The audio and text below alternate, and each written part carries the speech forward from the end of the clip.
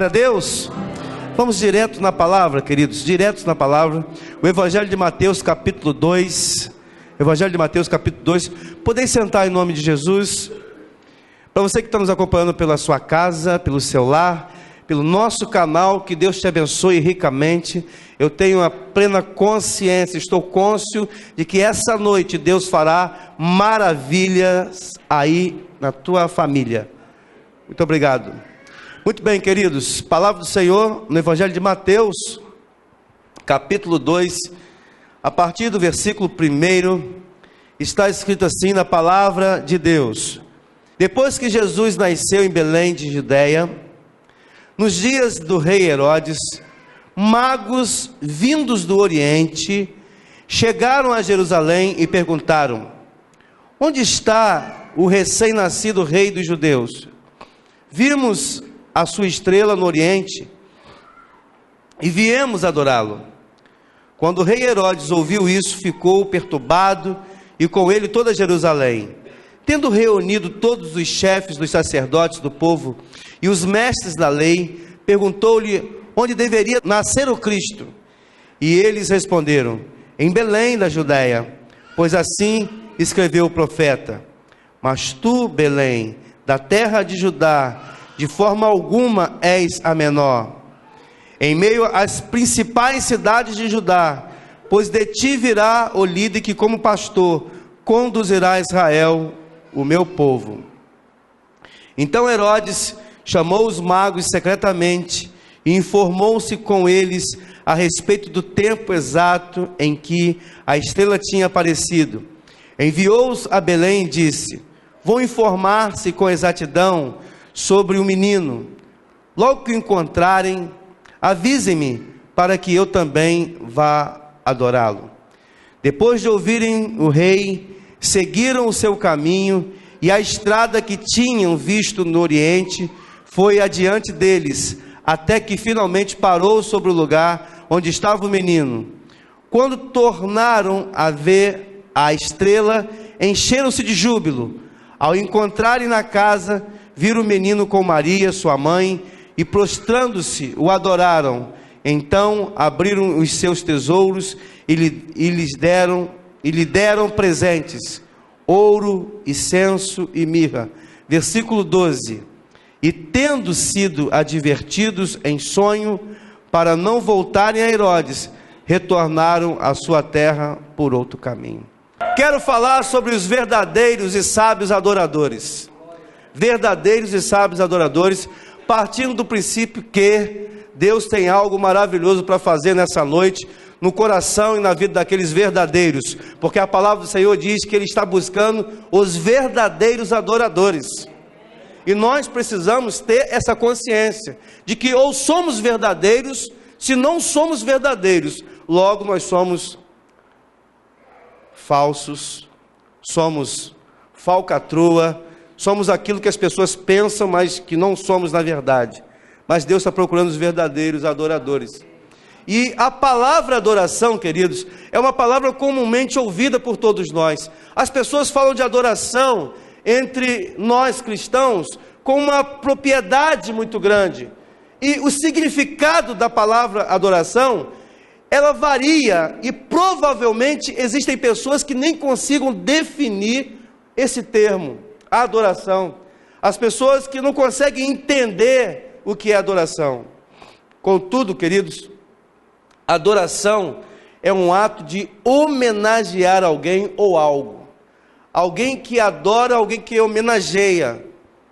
Ou você adora alguém ou alguma coisa. Isso é adoração.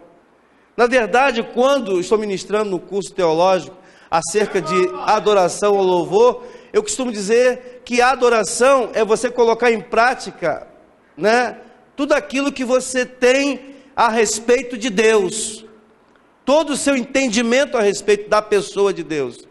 Logo que você entende o que é a adoração, logo esse princípio da adoração, você traz consigo o louvor. Louvor e adoração são coisas que não conseguem se separar. Ainda que a gente tenta explicar, não consegue se discernir, não conseguem ser singulares. São palavras que se unem pela sua própria força. A explosão da revelação do que é adoração está fora do contexto de tempo, mas está a partir de alguém com sabedoria e com consciência. E Paulo fala sobre essa questão. O apóstolo Paulo, quando fala a respeito de culto, que nós vimos fazer aqui, porque essa é a nossa proposta aqui, a igreja tem dois propósitos. O propósito da igreja é adoração e o propósito da igreja é proclamar a palavra. Esses são os propósitos da igreja. E a nossa proposta, quando vimos aqui, é a adoração.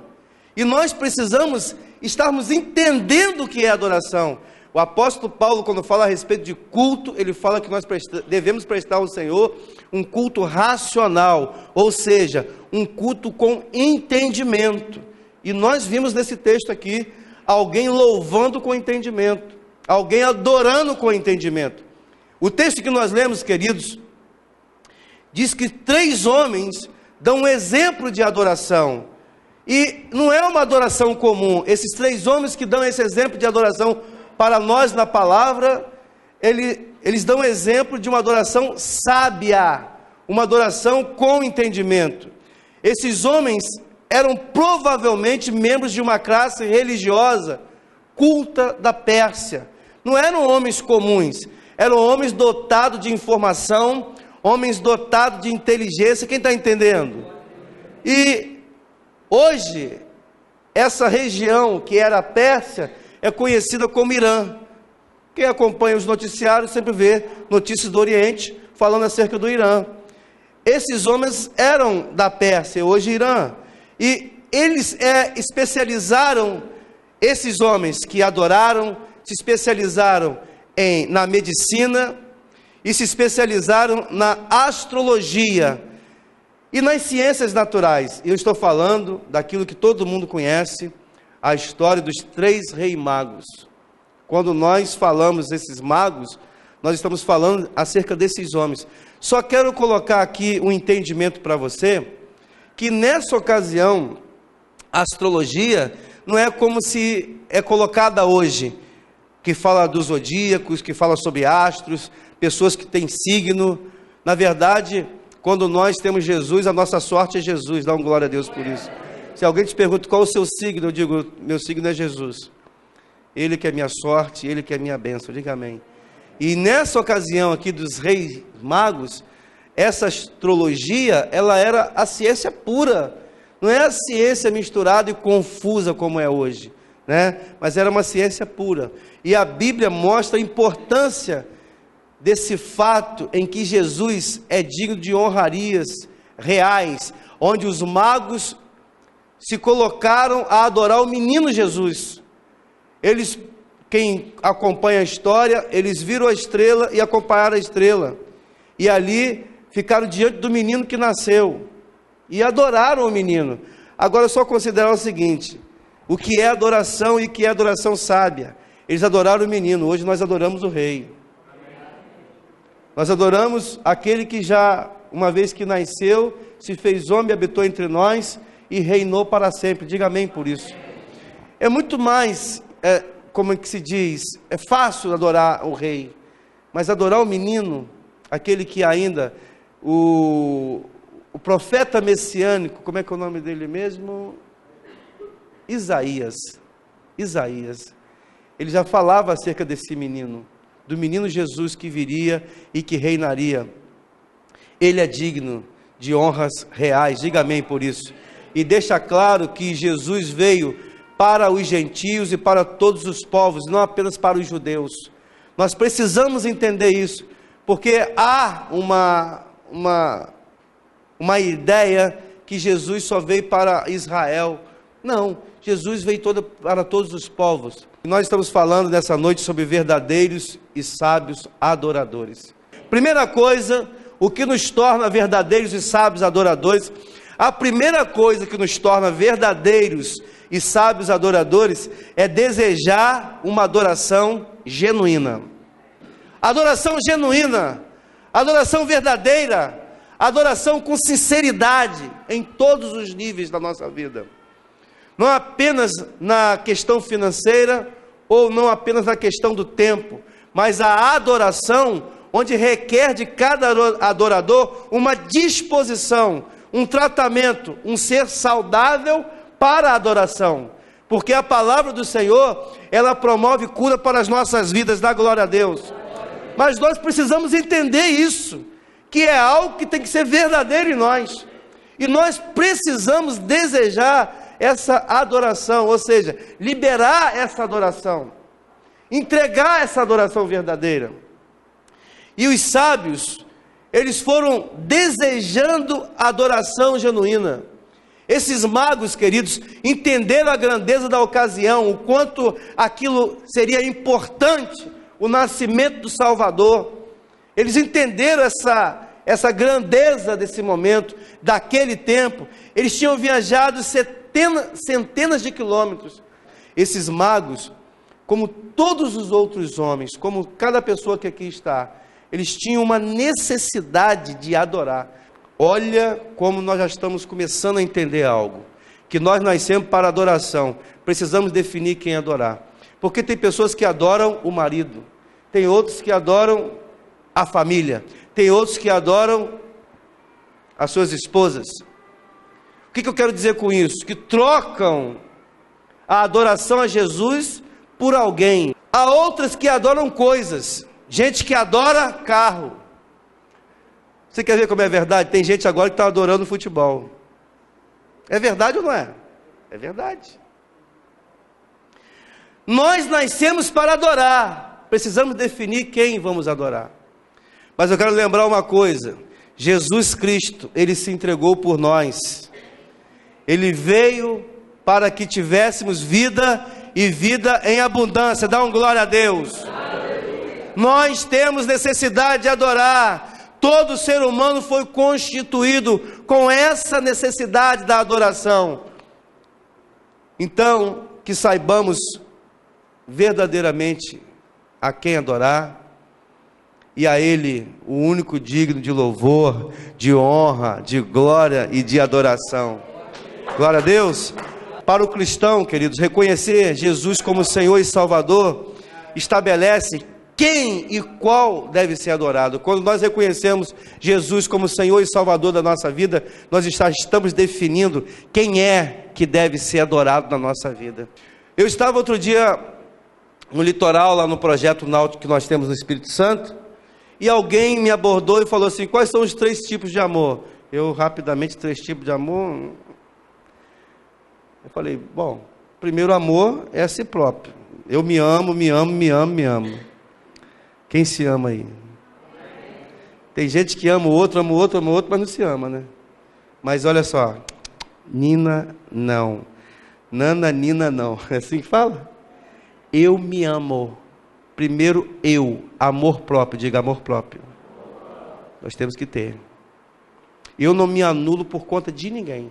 Não me anulo por mulher, não me anulo por filho, não me anulo por conta de ninguém. Eu me amo.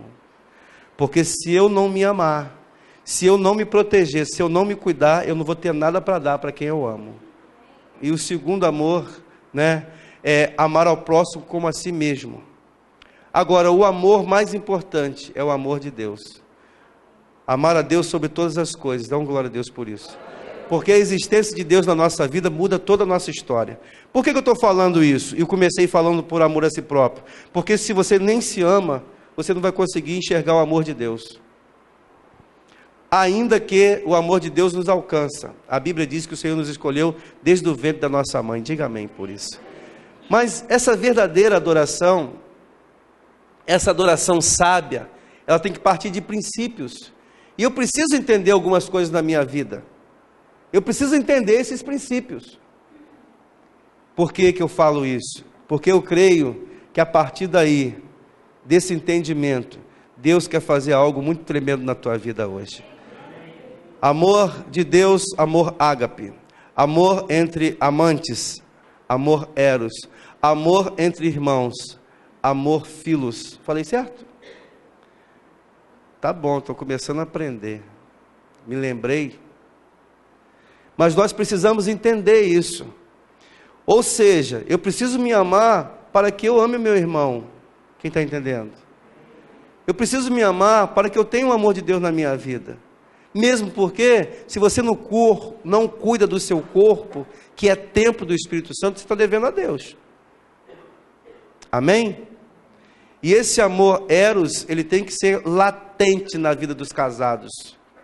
Porque o nosso amor, ele tem que ser um amor desejado. Eu preciso desejar a minha esposa, e ela precisa me desejar. Você sabia que o judeu, ele renova as alianças a cada 3 dias? Diga, meu Deus. Tem gente que está casada e esquece da esposa. Ou a esposa esquece do marido. Não catuca ele não. Tem gente que catuca, está vendo o que o pastor falou? Esse negócio é sério. Quando nós ministramos para casais, e quando temos oportunidade de falar alguma coisa relacionada a isso, nós falamos acerca de coisas assim, que são tremendas. Pastor, o que tem a ver isso com adoração genuína ou adoração sábia? Eu vou te falar o que tem a ver isso com adoração genuína ou adoração sábia. Tem pessoas que não se cuidam e depois querem cobrar coisas a Deus. Nós temos que ter a nossa vida, literalmente, no equilíbrio, no centro da vontade de Deus. Você está no lugar certo. Aqui é pregada a palavra de Deus. Amém? Estamos falando sobre verdadeiros e sábios adoradores. Segunda coisa, o que nos torna verdadeiros e sábios adoradores, nos preparar para a adoração. Eu tenho que desejar, mas eu tenho que estar preparado para a adoração. Como é que é, pastor? Eu preciso estar preparado para adorar. E eu me preparar para adorar tem a ver com alguns princípios que eu preciso adotar para a minha vida. Em relação ao que a palavra diz, queridos, os sábios, eles foram preparados para adorar. Eles foram com presentes e uma expectativa. Os magos queriam presentear a quem eles iriam adorar. E eles foram com uma expectativa de encontrar. Eu preciso me preparar para a adoração. Eu preciso me preparar, até mesmo psicologicamente, para chegar na casa do Senhor bem, alegre, feliz, com conteúdo, com o meu coração, com explosões, dá um glória a Deus, de alegria, diga amém por isso. Ou seja, a preparação, ela é necessária em qualquer circunstância. Alguém, por exemplo, que vai pintar uma peça, antes precisa preparar a peça, dar um produto, fazer uma lixa, ou seja, prepara, tudo precisa ser preparado. E para a adoração não existe diferença. Nós precisamos entender isso, porque há pessoas que chegam na casa do Senhor para adorar, de qualquer maneira, sem conteúdo algum. Cada pessoa aqui precisa estar preparada para dizer a Deus algo, ou ouvir de Deus algo que Deus tem para você. Mas nós precisamos estar preparados. Não pensa você que Deus vai chegar de qualquer maneira e vai liberar uma palavra, e você vai receber, porque não é assim que funciona. Eu tenho algumas dificuldades no meio gospelchão. Quem entendeu? Esse negócio de Deus falou comigo, dependendo do que você vai falar para mim, eu vou ficar com dificuldade de entender que Deus falou com você alguma coisa. Deus fala, nós ouvimos Deus, mas nós precisamos saber como que Deus fala, de que maneira Deus fala. E eu creio que é assim que nós, com essa consciência de adoração, de prepararmos toda a nossa vida, toda a nossa estrutura espiritual, que nós somos capazes de liberar uma adoração verdadeiramente sábia. O que nos torna verdadeiros e sábios adoradores? A primeira coisa que nós vimos é desejar uma adoração genuína. Todos nós precisamos desejar. Quem entendeu, diga amém. Segunda coisa é nos preparar para a adoração. Isso nos torna verdadeiros e sábios adoradores.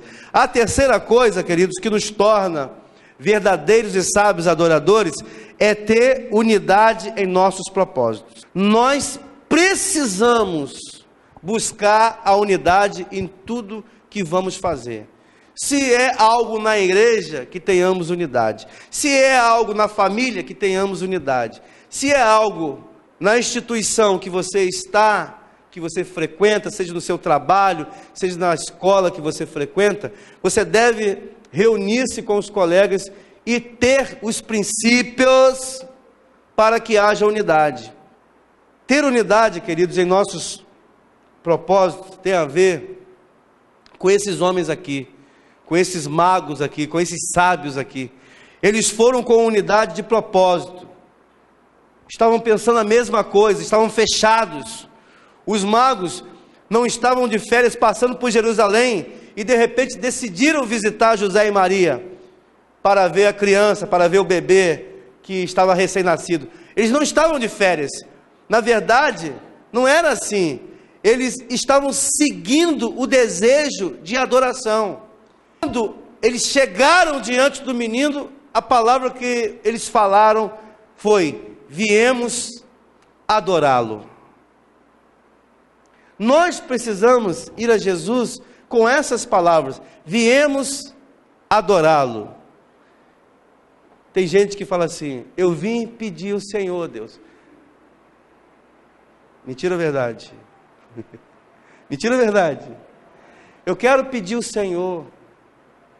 Aí tem gente que até agradece: glória a Deus por isso, obrigado por isso, obrigado por aquilo, obrigado por aquilo. Mas veja bem que diferença tremenda.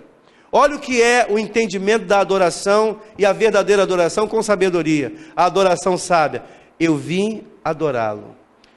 Gente, o que a Bíblia nos ensina? Buscar em primeiro lugar o reino de Deus e a sua, e todas as coisas vos.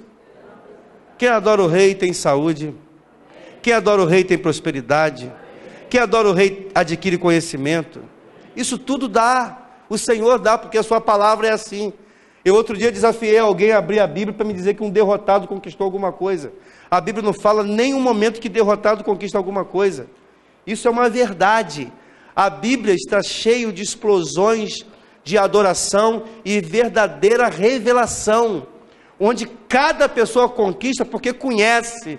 Você não pode e não consegue dar aquilo que você não tem. Você só conquista, você só cresce através da palavra, porque você conhece. E quando você conhece, você tem vida. Quando você conhece, você tem disposição. Quem está entendendo? Sabe, queridos, esses magos, esses sábios, eles tinham um propósito. Não era para se divertir, não era para trocar história, não era para ver amigos, eles não estavam ali para isso. Nós, quando conhecemos Deus, quando nos aproximamos da palavra de Deus, nós precisamos ter certeza que nós estamos diante de uma estrutura espiritual capaz de mudar a nossa vida. Aqui está um exemplo sábio de adoração. O que seria isso? Nunca devemos ir a um culto para adorar o Senhor para qualquer outro propósito, além de trazer algo para o Senhor e curvar diante dele. Ou seja, o nosso propósito deve sempre ser para trazer, oferecer sacrifício ao Senhor. Diga amém por isso. O nosso propósito é adorar. Nunca deve ser para falar: Senhor, me dá, Senhor, eu quero. Vamos parar com essas, aspas, orações sem conteúdo. Nós precisamos ir para níveis maiores. Diga amém por isso. A Bíblia diz que nós somos juntamente com Jesus, co-herdeiros com Ele. Sabe, queridos, nós precisamos entender esses propósitos de Deus para a nossa vida, porque Deus tem algo muito tremendo para fazer na vida de cada um de nós. Por isso não devemos negligenciar os propósitos quais Deus está nos chamando. Deus está chamando você nessa noite para que você seja um verdadeiro e sábio adorador.